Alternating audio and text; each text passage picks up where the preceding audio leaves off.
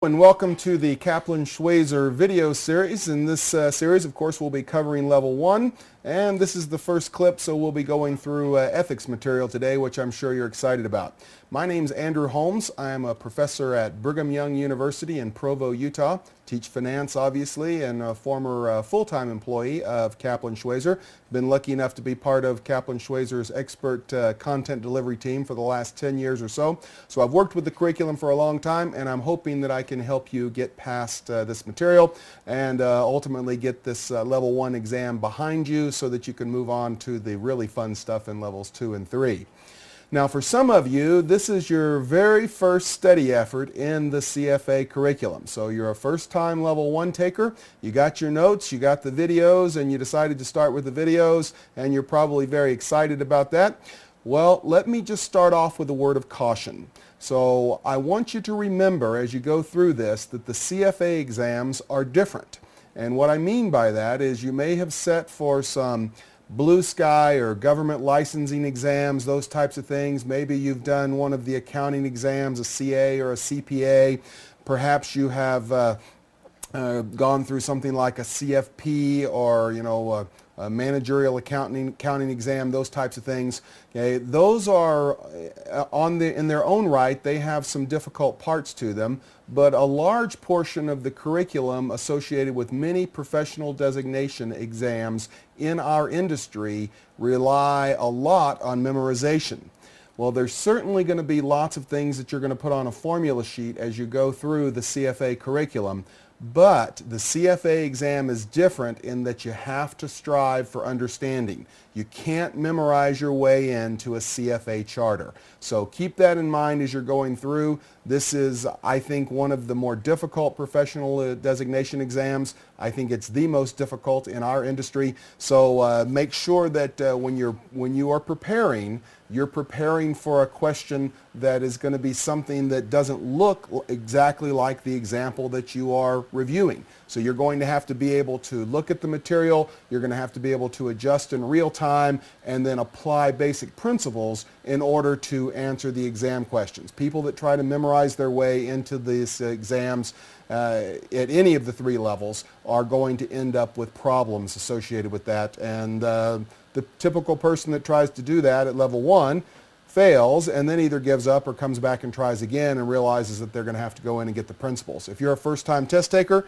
my suggestion is that you work to have the principles under your belt, that is to strive for understanding the first time around so that you don't have to go through this again because the process is long and painful. All right. Okay, so what are we doing today? Today we are going to study ethics. Now, when we talk about ethics, what does that mean? Well, that means that we're going through and we're talking about the Code of Ethics and the Standards of Professional Conduct primarily, although we'll see that there's some additional material to that.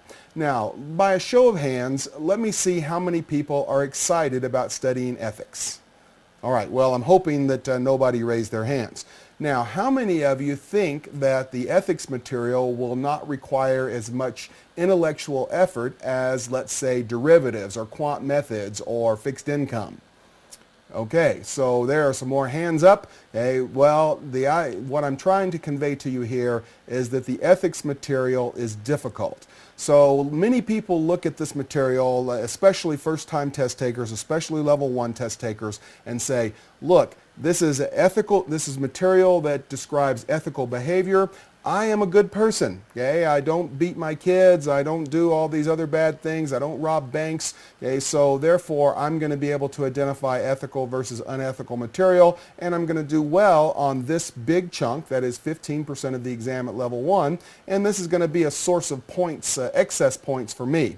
Well, I've got news for you, and it's not good news in this case, and that is that this material is hard. Right? So the joke that I like to tell is that if the question you're reading on the exam has to do with someone stealing candy from a baby, okay, well, I can assure you that if that's the setup, that's the narrative of the question, the question will not deal with the act of stealing the candy from the baby. It's going to deal with the custody of the candy after the stealing, or it's going to deal with disclosure to the baby, or it's going to deal with something about how you treated the baby carriage or something along those lines. So the point of all this is that being a good person is not going to help you with this material. So you're going to have to understand, and you're going to have to be able to apply this material. And this is a hard area of the exam. And at level 1, it's 15%.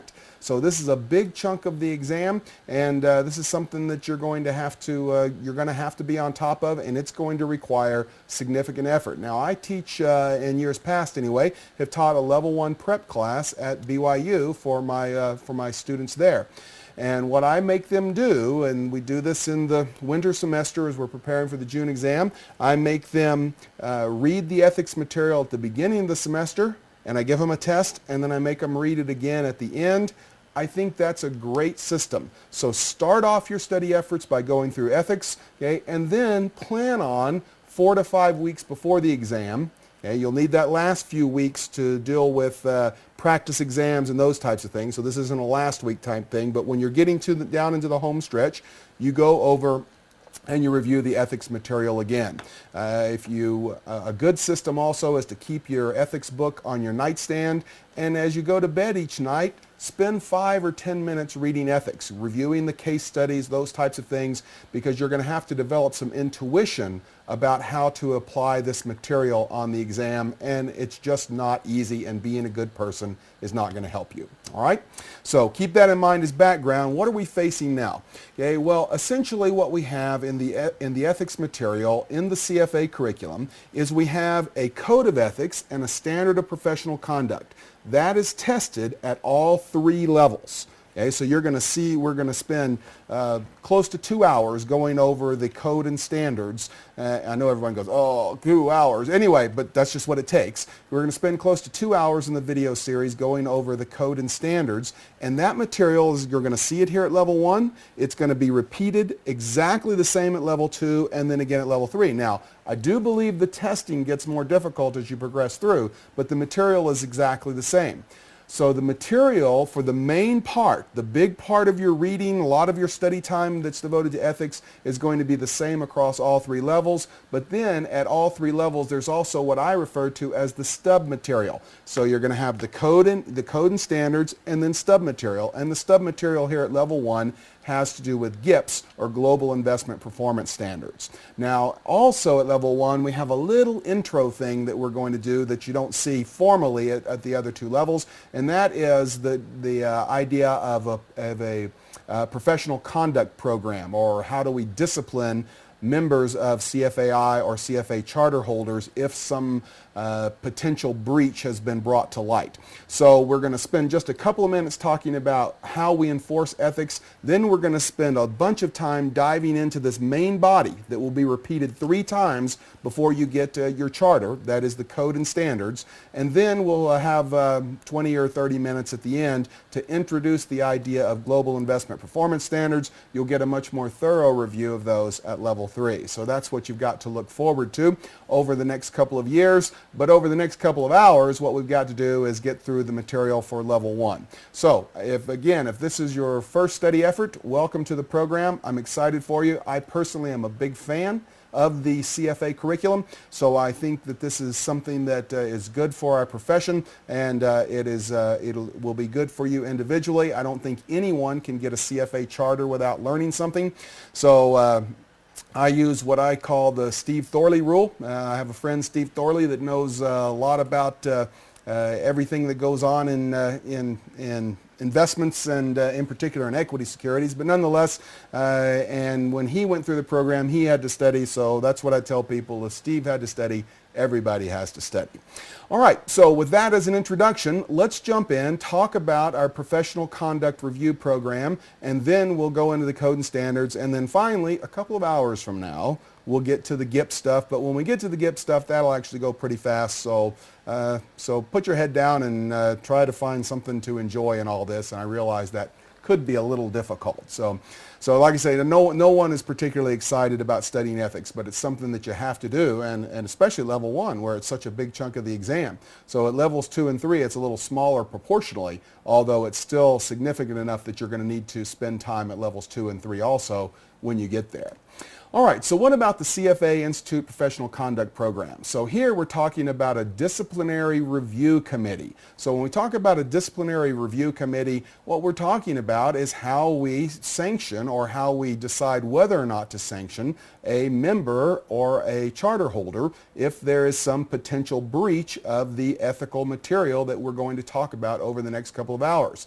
So the CFA Institute Board of Governors has responsibility for this. They're the ones that are going to conduct a professional conduct review, and it's going to be done under the code and standards. There is, of course, going to be a designated officer. That means that CFAI designates an officer that's going to be responsible for this, and they're going to be the one that will actually be in charge of conducting the inquiry once the potential violation has come to light. Now, the question then becomes, all right, if we have the auspices, that is the CFAI Board of Governors, we have the material, that's the code and standards, we have a designated officer, how do they find out that something has gone wrong? Okay, well, or something that's potentially gone wrong? Well, there's several ways that can come about. Of course, we can have something on self-disclosure. So if you write a letter to CFAI and you say, hey, I've been stealing candy from babies, then that self-disclosure, that will be forwarded to the designated officer. The designated officer will decide whether or not this merits a review board, and if there is, then we will go in and they'll gather information and they will conduct the review. Okay, so they can also receive written complaints. So this is written complaints about a member from a client or an employer or anyone else that would be in the investment community.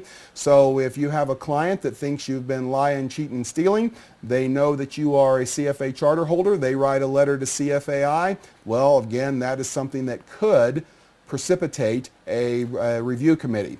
Okay, some sort of evidence of misconduct. This could be something that was reported in the newspaper, would be probably the best example. So if whatever you're doing is big enough and is noteworthy enough to end up in the newspaper, then that would be evidence of misconduct. Then CFAI can respond to that.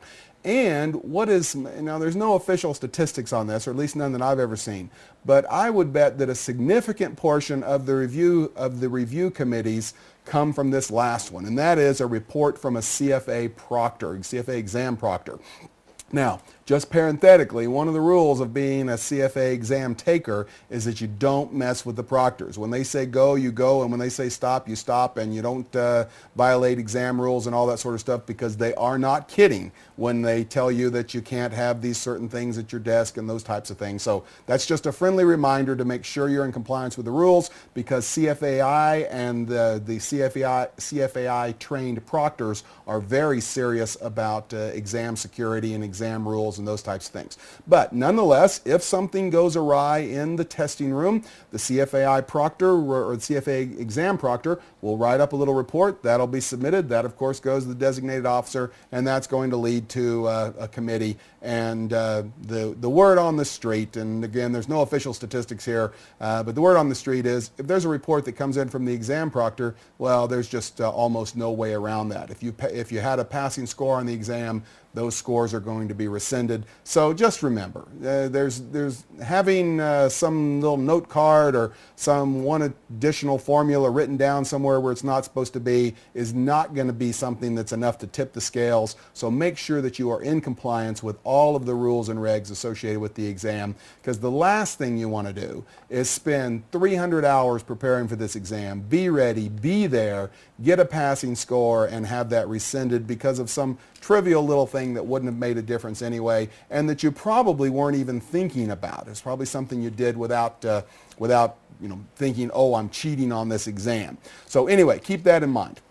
All right, so what about the conduct program? What can we do? Well, the officer, the designated officer, at the end of the review can decide to do several things. Okay, one, they can decide that no disciplinary sanction is appropriate. So someone wrote a letter because they were mad at you because their portfolio went down in value by 40%, but they gathered evidence. They saw that the portfolio was well diversified. It was managed in accordance with the governing documents of the portfolio, and they're just upset that they lost a lot of money. Well, in that case, you haven't done anything wrong. Maybe you weren't very good, but in terms of being a great financial manager, but that's not an ethical problem, right? That's a more fundamental problem. But nonetheless, there can be no sanctions that would be appropriate out of these committees. Okay, they could just issue a cautionary letter and tell you, well, this is something that we find alarming, but there's no further action. And then they can also decide to discipline the member, and that means that you can receive a letter of condemnation by your peers, or I think the likely outcome is, of course, suspension of the candidate's participation in the CFA program. So if you work for 3 years, you study 1,000 hours, you get your CFA charter, and then something happens, well, you can have that suspended because of something that you did that you shouldn't have done. So anyway, and I think these are rare events, but nonetheless, it's something that you want to be careful about in terms of the exam. You need to know what's going on, but also remember, more than just the exam, when you signed up to take the CFA exams and when you join CFAI, you take on yourself the responsibility to live up to the code and standards that we're about to review now. I personally am a big fan of the ethics material as presented here. And the reason for that is someone in our industry needed to promulgate that. Of course, finance and economics, or finance and investments might be a better way to put that, is just rife with ethical dilemmas. So we needed some sort of governing document, something to specify what was appropriate and what was inappropriate. And I think that CFAI has done an excellent job of that. And that brings us to the first part of this, which is the Code of Ethics, which is basically a 6-plank platform about what constitutes ethical behavior. We'll go through that, and then we'll get into the nitty-gritty, which is the standards of professional conduct. Now, this is done under this discussion that we're going to have today is under I think it's the 10th edition, but the one that came out in 2010. So we have the 2010 ethics material. Not the 2010, the book that came out in 2010, ethics material, as opposed to the books that were existing before that. So this is the most up-to-date material is what I'm trying to tell you. Now, you know you're getting old and you've been associated with the program a long time when you're in your 4th volume of the ethics material. So I think I've now lived through 4 volumes of the ethics material. The good thing there is that as we see, updates to the code and standards, what was unethical before is still unethical today. So these are refinements to adjust for changes in the markets, and we've seen, of course, dramatic change in finance over the last 15 years. So there's some updates here and there, but basically this is just updating and refining, sometimes some recategorization to make things a little easier to understand. But what is, in my sense, is that over my time, my exposure now through 4 editions of the ethics book is that they have been very consistent, and I think that speaks well for the fundamental aspects of the code and standards that have been promulgated here. All right, so let's dive in and look at the Code of Ethics. So remember, the Code of Ethics is divided into 6 different parts. So let's look at each one of those quickly, and then we can move on into the heart of the material, the code and standards. So the Code of Ethics Part 1, okay, we're supposed to act with integrity, competence, diligence, respect, and in an ethical manner when we're dealing with the public, clients, prospects, employers, employees, colleagues, basically everyone that we would come in contact with. So this first part essentially says that we're supposed to act in an ethical manner, which is, of course, the most broad statement of what would be considered ethical. Okay? So what's ethical? It's ethical to act in an ethical manner. Again, the very broadest statement that we can have. Part 2 says that the integrity of the investment profession and client's interest comes above personal interest. Now, this last part here that I'm underlining, above personal interest, is going to be a theme that we see repeated several times as we go through the material today. So what essentially you've done by taking on yourself an obligation to live up to the code and standards as you see them here is you have taken on the obligation to subjugate your own interest to the interest of the profession, and in particular the interest of the client. Right? The client's interest is always going to come first. We're also going to see in just a moment that we're going to have to worry about the integrity of the capital markets also. So the profession, the capital markets, the employer's interest, and of course the client's interest are all going to come before your personal interest. So integrity is paramount, and client's interest always come first. There is never ever a violation of that. The client's interest always comes first, no matter what else we say, what else we're talking about. If there would be ever a conflict, so that we'd have something working over here and the client's interest over here, the client's interest always come first. Okay, part 3. Reasonable care and independent professional judgment when conducting analysis, making recommendations, investment actions, all those types of things in any of our professional activities. So this is simply to say that we have to take reasonable care and have independent professional judgment when we are acting in our professional capacities. We're going to see that this reasonable care and independent professional judgment is 2 of the 3 things that I think the standards of professional conduct are built around, and I'll talk to you about those in just a couple of minutes. Okay, so that's 3. What about 4? We're supposed to practice and encourage others to practice, which I've always found to be a very high standard and one that I'm proud to be associated with. But we need to be able to practice and encourage those around us to practice in a professional and ethical manner, and that is in a way that's going to reflect credit on ourselves, on our institution, and on our profession. Now, one thing I'm going to say as we go through this is that CFAI is certainly the watchdog of the reputation of the CFA designation. Okay? I think they also play a key role. You might say it's self-appointed, but I think they are filling a gap that needed to be filled in protecting the reputation of the industry. So they are interested in protecting the reputation of the industry and the designation, and so you're going to see lots of references to the integrity of the profession. So basically, be a credit to the investment profession is what this Part 4 says. Okay, Part 5 says promote the integrity and uphold the rules governing the capital markets. And we're going to see another section on this that's going to give us considerably more detail in terms of what that means to uphold the rules of the capital markets.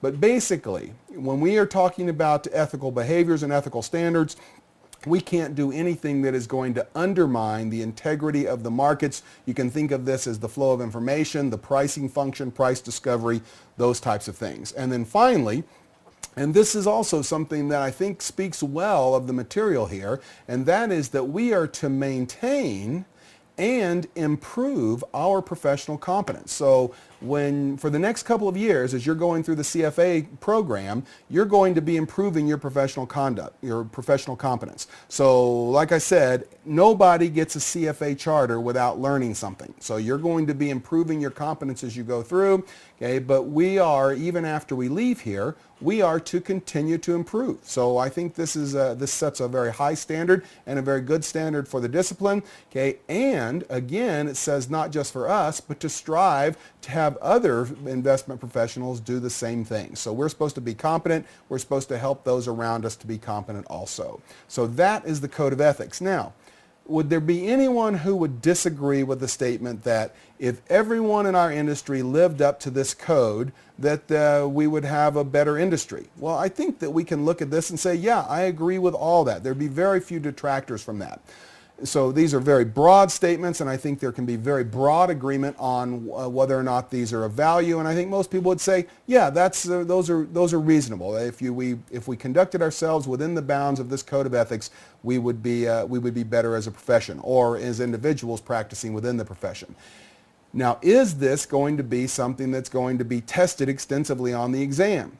Well, yes, in an overarching sense, I think it's going to be tested on the exam, but it's such a broad statement of what is ethical behavior that I don't think this is really where the rubber meets the road. So it's great and it's poetic, but what we see is that where we really run into material that gets to the nitty-gritty of the test questions isn't in the code of ethics so much. Now, certainly you need to know the code of ethics. I'm not saying that, okay? But the nitty-gritty and the time-consuming part of studying is going to be the standards. That is, the standards of professional conduct, and that is where we are now. So the standards of professional conduct here, what we see is that we have this divided into 7 parts, and you look at that and you think, wow, 7 parts, that doesn't seem so bad.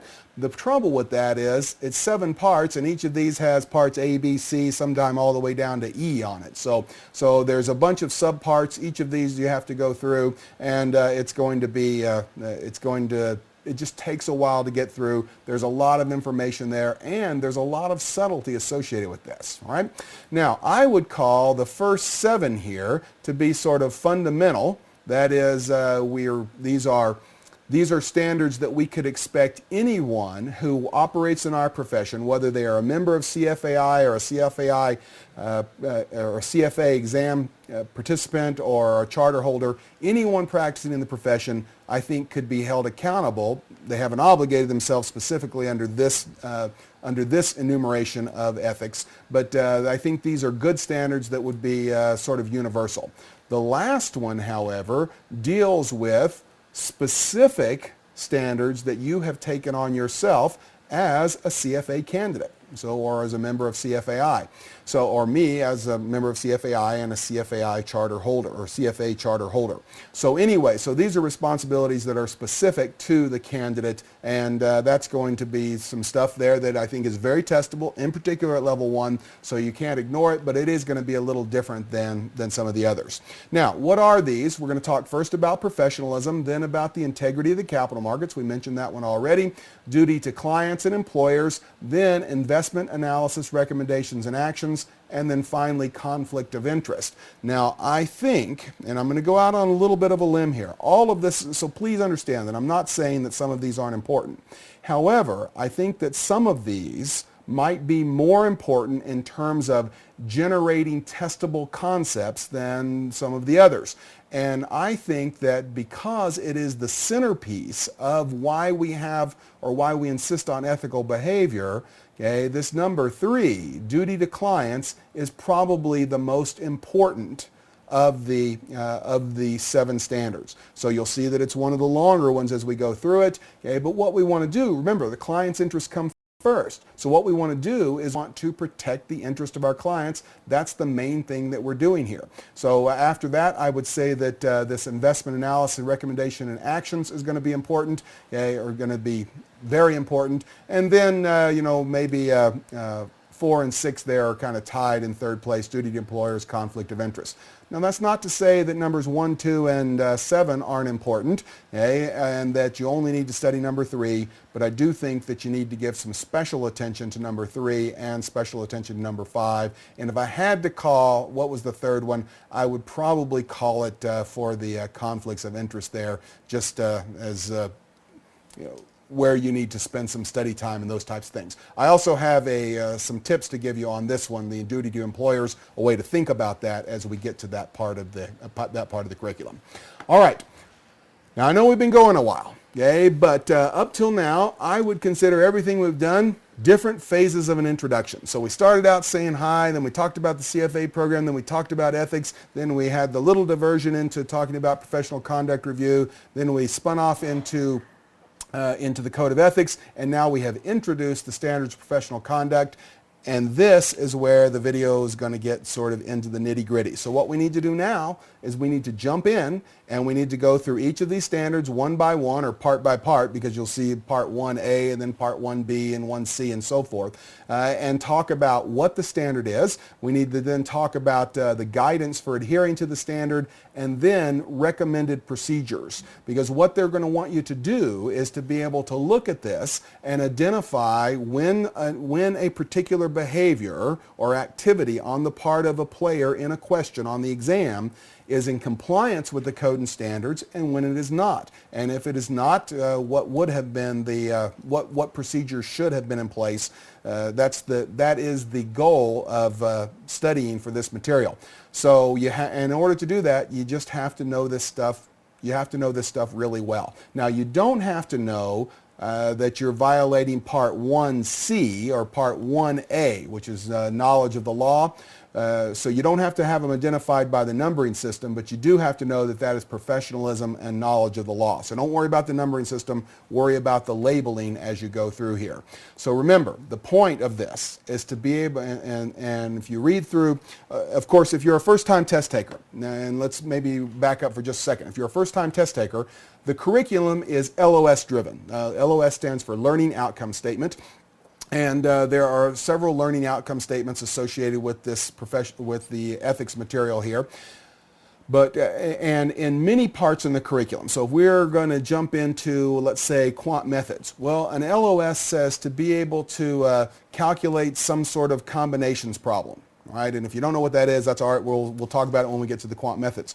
Well, you can look at the learning outcome statement and you can take clues from that as to exactly what you're supposed to know. So it helps refine the curriculum and refine your responsibilities as a test taker.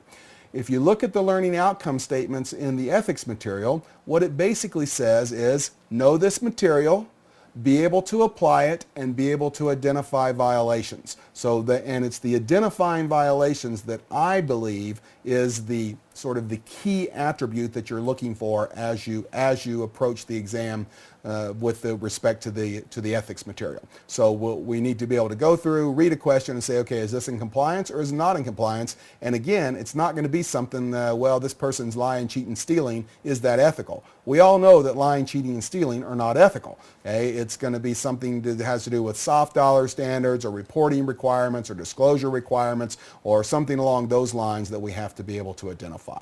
All right?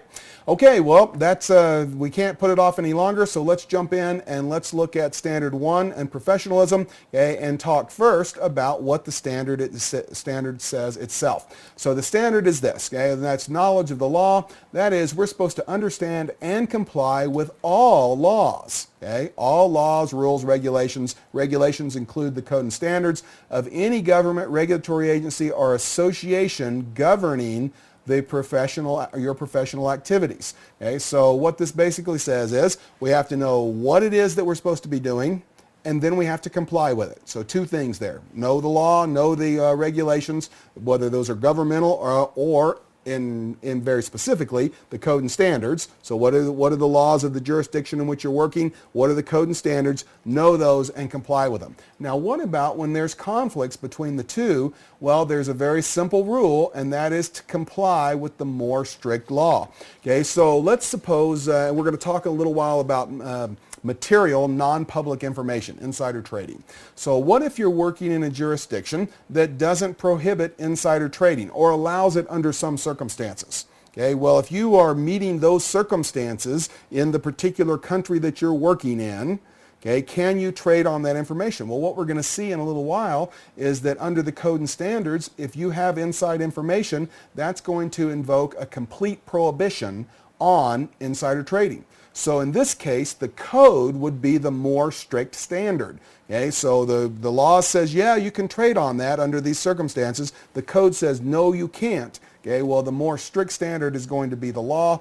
Okay, so what does that mean? Well, you have to comply with the more strict law, rule, regulation, whatever it is. Also, you can't knowingly assist in any violations, and if there are violations going on, you're going to have to dissociate. That means you're going to have to separate yourself from this, whatever it is that's going on, and that can involve some fairly drastic action, as we'll talk about in a couple of minutes.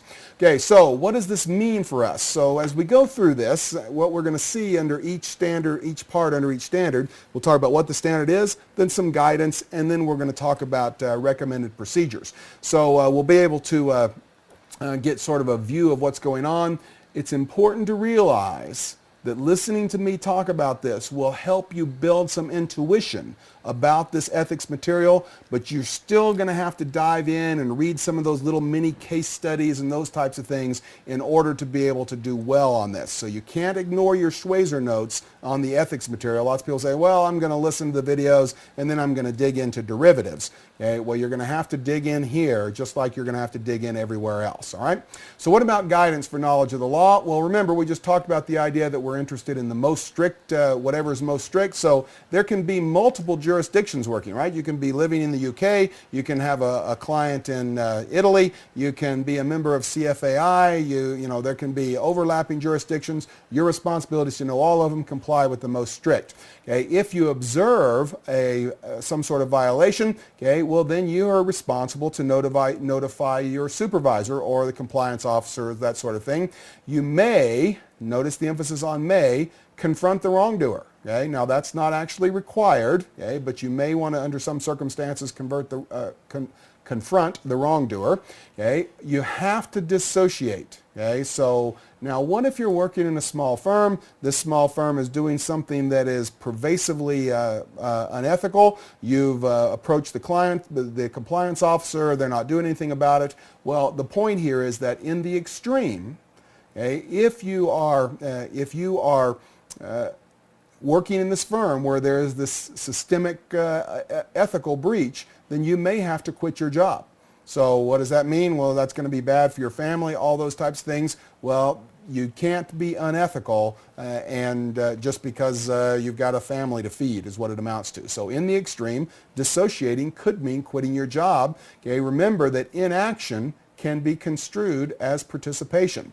Okay? And while there is no requirement in the curriculum to report violations to governmental authorities, this may be appropriate in some cases. So, and we're going to have a little more to say about that later on in another section of the exam, or another section of the standards. So that's our guidance for knowledge of the law. What about recommended procedures? Well, not a whole lot more here, but a couple of things to think about. Okay, remember that if you're going to comply with the law, then you've got to know what the law is. So you've got to keep informed. That means you're regularly going to review the written compliance procedures, maintain files, diaries, something showing that you've been keeping up to date in order to protect yourself would be a good idea.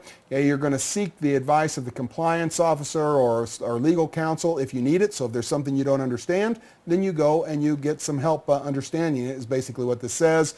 And while if you're a junior analyst, this may seem like a big deal, but you're supposed to encourage firms to adopt a code of ethics. So I think most firms operating in developed economies anyway today have an officially established code of ethics.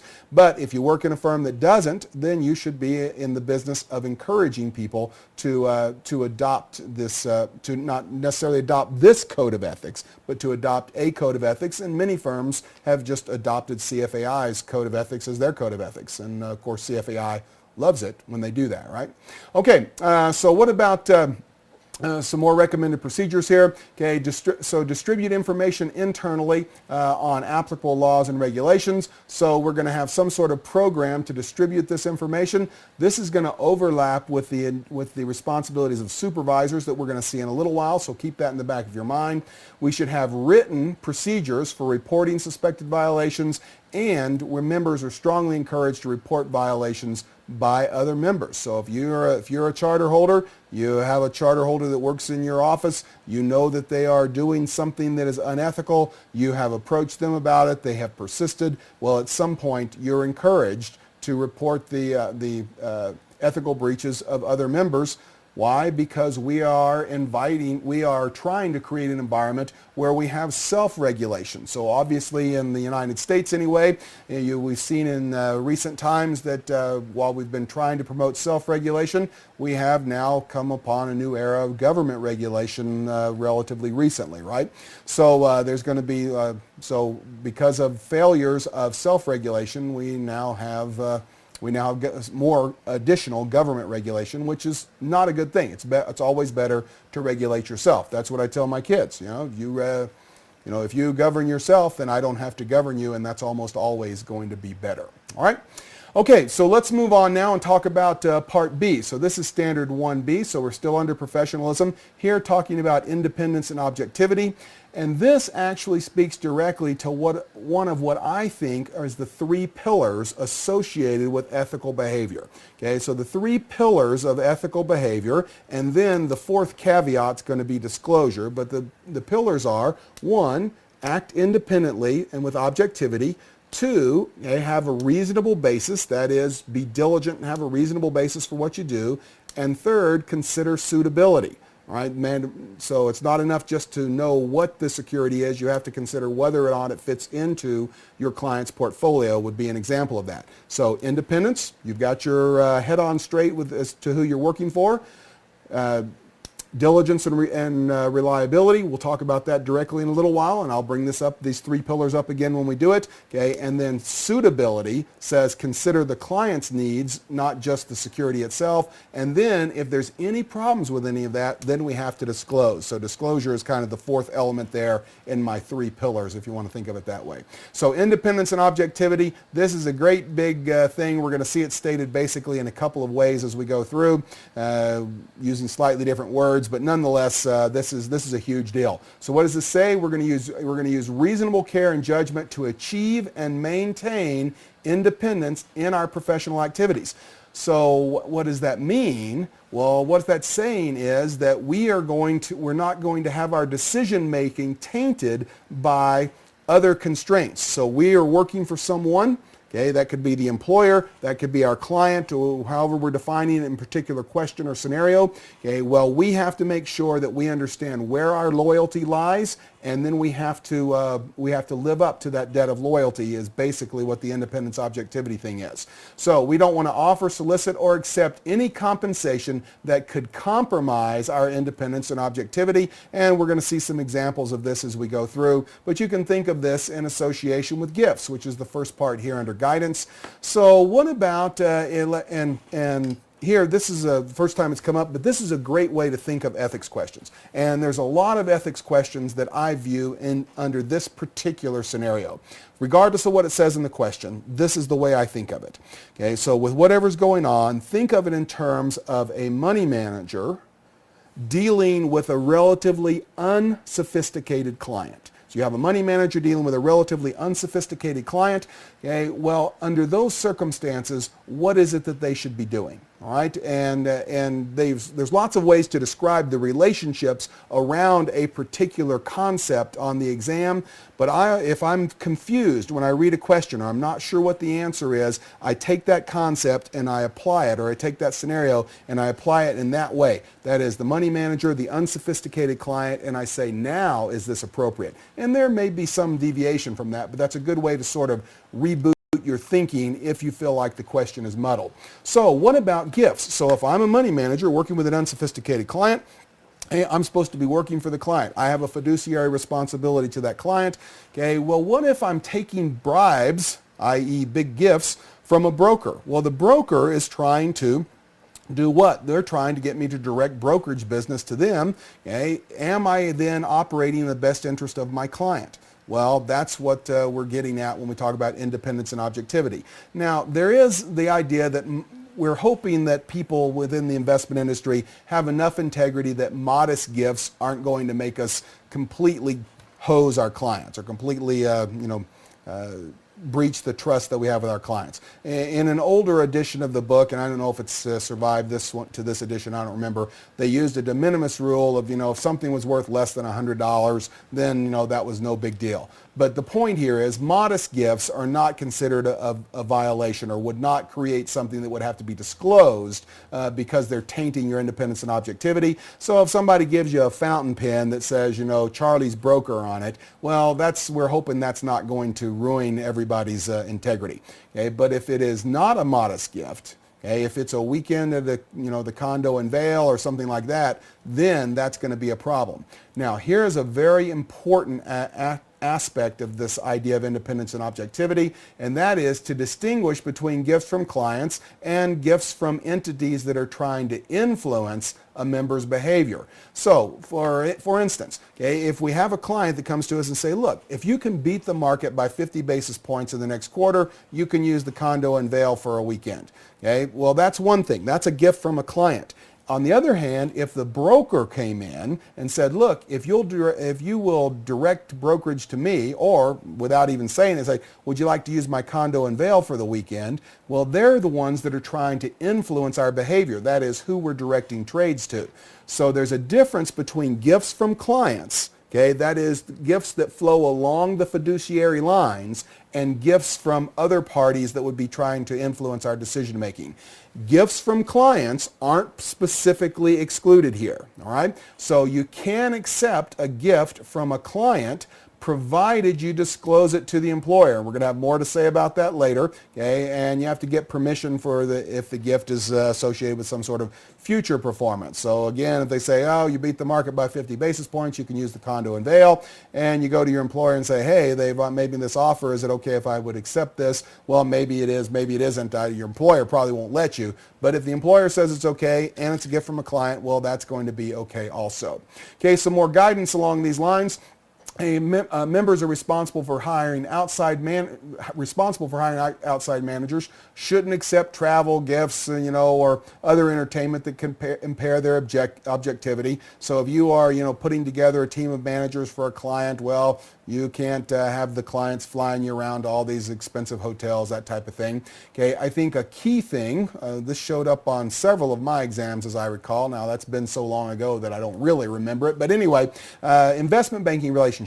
So you've got, you can think of this, and a good way to think of the information flows within the firm are to think of yourself or whoever the player is in the question as being in the research department. And then you also have, the M&A, and you have the investment banking and all those other type things. Well, if you have the investment banking offices are trying to generate some investment banking business, and they come to you and say, look, we're trying to underwrite a big new stock or bond issue for this company, but we need a positive recommendation on their stock.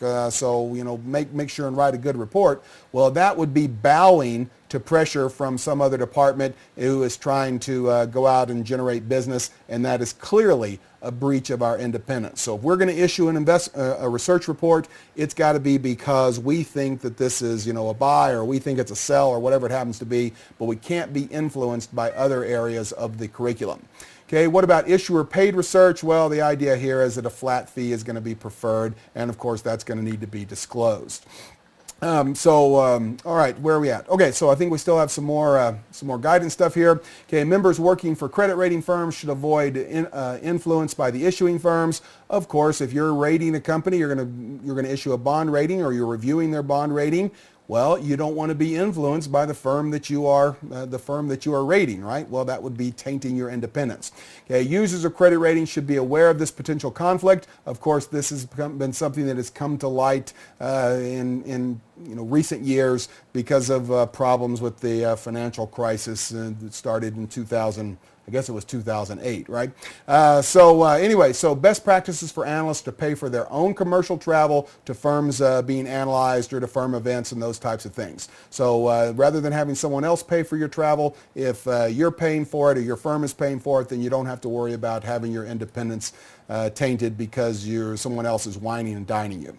Okay, so what about recommended procedures still here on 1B? Okay, well, remember, the whole point of this is that we are supposed to protect the integrity of our opinions. When we issue an opinion or take an action, that is supposed to be something that we did because it was in the best interest of those that we're serving. Okay, so it has to be an unbiased opinion. That's the whole point here. Okay, how do we do this? Well, we can create a restricted list. That is, securities that we can trade on, or securities we can talk about. Okay, special cost arrangements, of course, should be limited or restricted. Okay, we want to limit gifts, maybe prohibit gifts altogether. Okay, we want to have some clear guidelines set by the firm. Okay, something we'll see again in a couple of other places is IPO shares. So think of this, when you see the IPO stuff in the ethics material, think of it as a hot IPO. It's oversubscribed. everybody wants shares in this thing, right? Because of the normal IPO underpricing.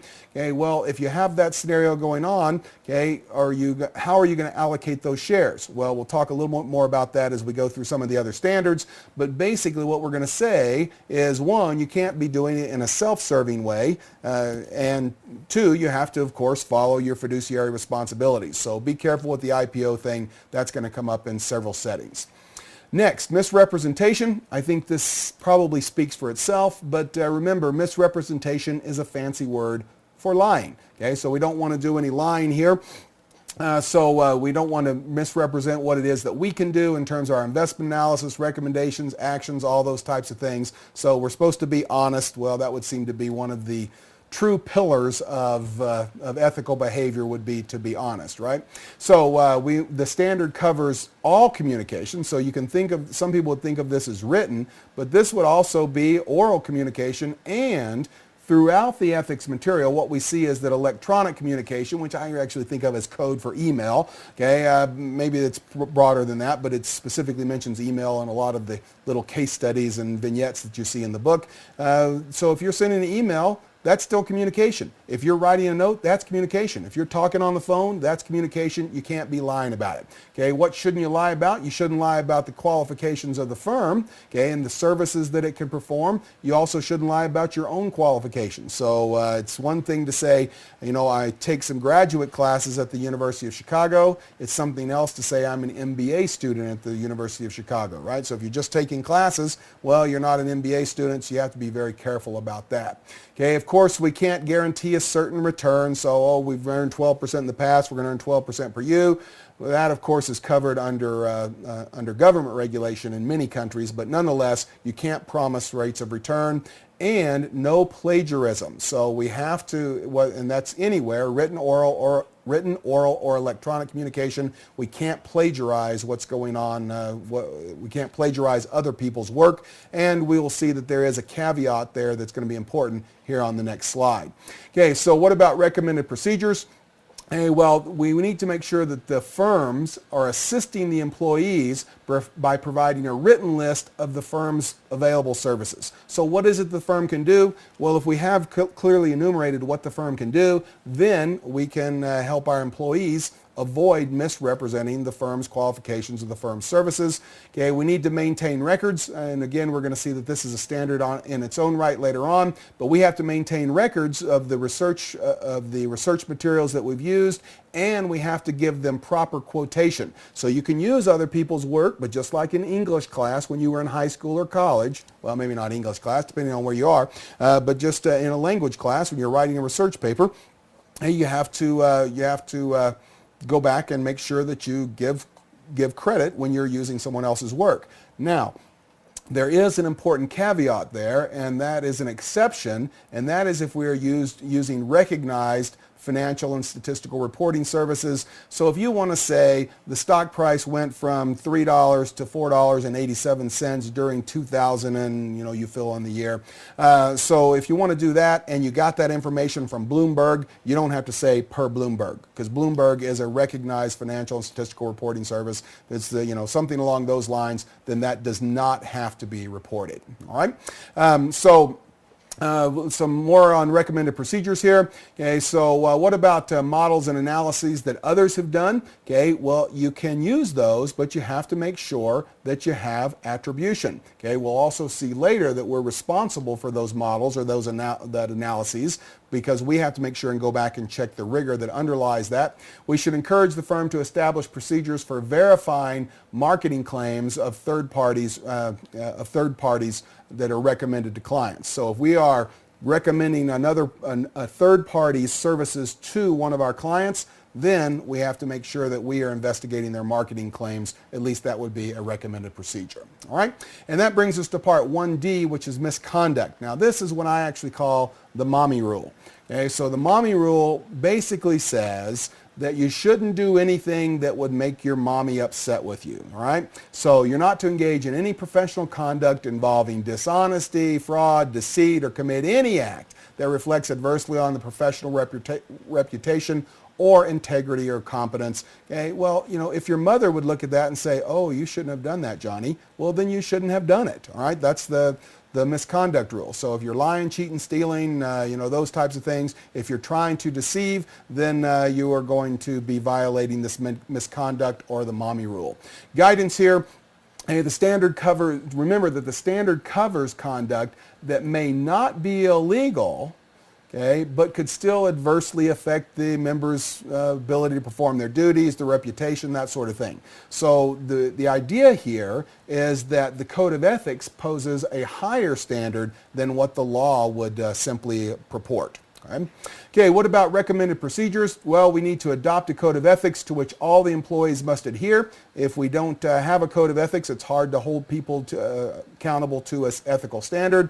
We need to disseminate a list of potential violations. So those things that we know about that are common, okay, we ought to make sure that those are watched and that they're known, and these are something you're not supposed to do. And we ought to have the associated disciplinary sanctions published also.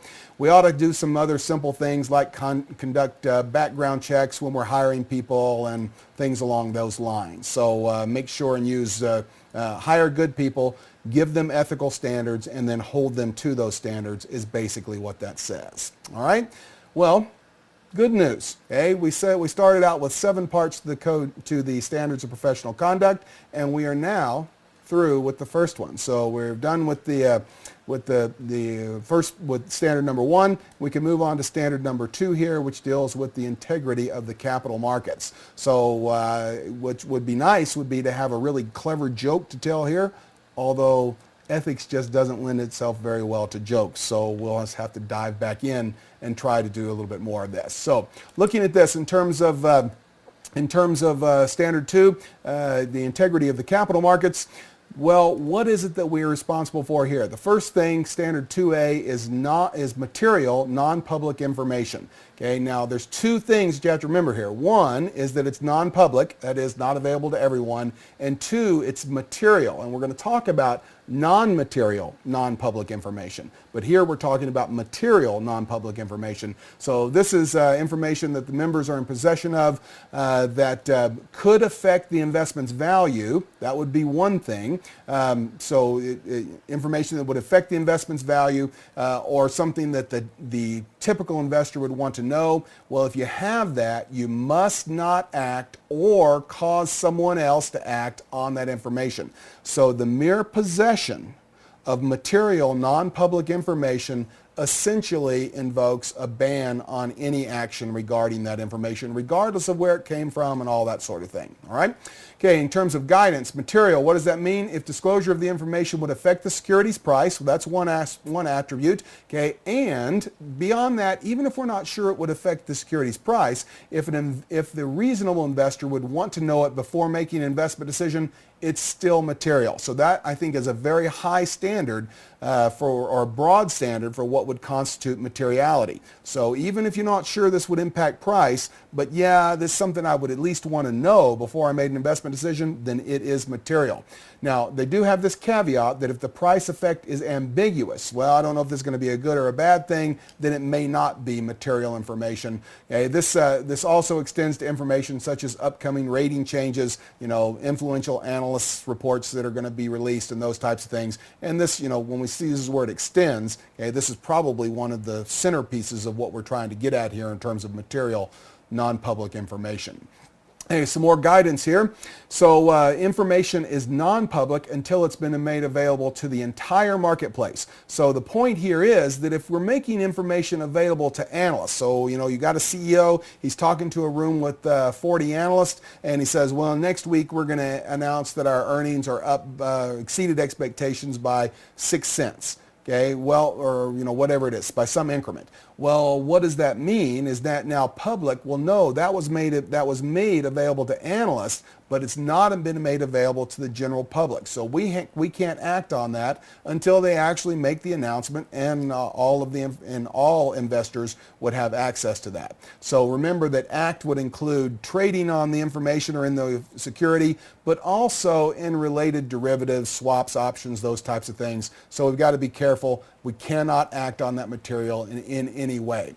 Okay, what about what would we do if we have the material? Sorry, got one step ahead of myself there. So if you possess material non-public information, you simply have to act like you didn't know what that information was. So if you violate that standard, you act differently than if you had not known the information, then you are violating this. Now, there's an important idea here called the mosaic theory that you need to spend a little bit of time, make sure that you're on top of. The mosaic theory basically says this, okay, what if we have public information and we have non-material, non-public information? So we got all the public stuff, all the stuff you get off Bloomberg, out of the New York Times, anywhere in the financial press, those types of things. Okay, so we've got all the public information, and then we have non-material, non-public information, and we can weave those things together to come up with superior analysis. Okay, so in other words, the story I always tell with this is that you're an analyst watching a particular industry, so you know the industry well, you've got all their 10Ks and you've got all the reports and you know what the firms do and what their strengths and weaknesses are, and then you're sitting in a restaurant for lunch and you see the CEOs of those two firms eating lunch together. Okay, and that is the non-material, non-public information. So you see the two CEOs together, and then you start thinking, those firms actually have complementary market space attributes, complementary resources, those types of things. They would make good merger partners. So you start thinking, well, what if those two firms were to combine, and you end up coming up with some superior analysis, you trade on it, and you make lots of money? Is that okay? It is okay. Okay, so we're not trying to preclude superior analysis here. If you have non-material, non-public information, you combine that with public information, you weave that into a superior mosaic, okay, well then you are more than welcome to trade on that, is basically what we're getting at here. What about some recommended procedures? Hey, well, we ought to have an information barrier or firewall. So if you work in the industry, in most developed countries now, you're very familiar with this, but we have taken, it seems like the pendulum's actually swung a long way to me, but nonetheless, we take a lot of pain to make sure that information doesn't cross from investment banking into research or whatever you have there. We limit interdepartmental communication. This would also, apply to restricted list securities, and we're going to review employee trades to make sure that we don't have an employee that just happens to be trading just ahead of all opinion changes that are released by the firm or something along those lines. Okay, so what about finishing up this recommended procedures here for Part A? So increase the review or restrict proprietary trading when the firm's in possession of material non-public information. Well, of course, if we have material non-public information, then we have a heightened standard that we need to be able to apply in order to be able to comply with the ethics material here. And that brings us to Part B, which is market manipulation. So market manipulation simply says, okay, that we can't engage in practices that distort the price or artificially inflate trading volume with the intent to mislead market participants. Now, so this is, the intent to mislead has to be there, okay, but we can't affect price or volume. So both of those are going to be included in this prohibition on market manipulation. And here we can see that under the guidance, do not engage in any transaction-based manipulation. Don't give the false impression of activity. Okay, don't try to gain a dominant position, corner the market, those types of things. And of course, we don't want to be distributing false or misleading information, because not only would that be market manipulation, but that would also be a violation of the misrepresentation standards and a violation of the misconduct standards. So you would see there that you would have lots of problems associated with doing that with respect to manipulating the markets.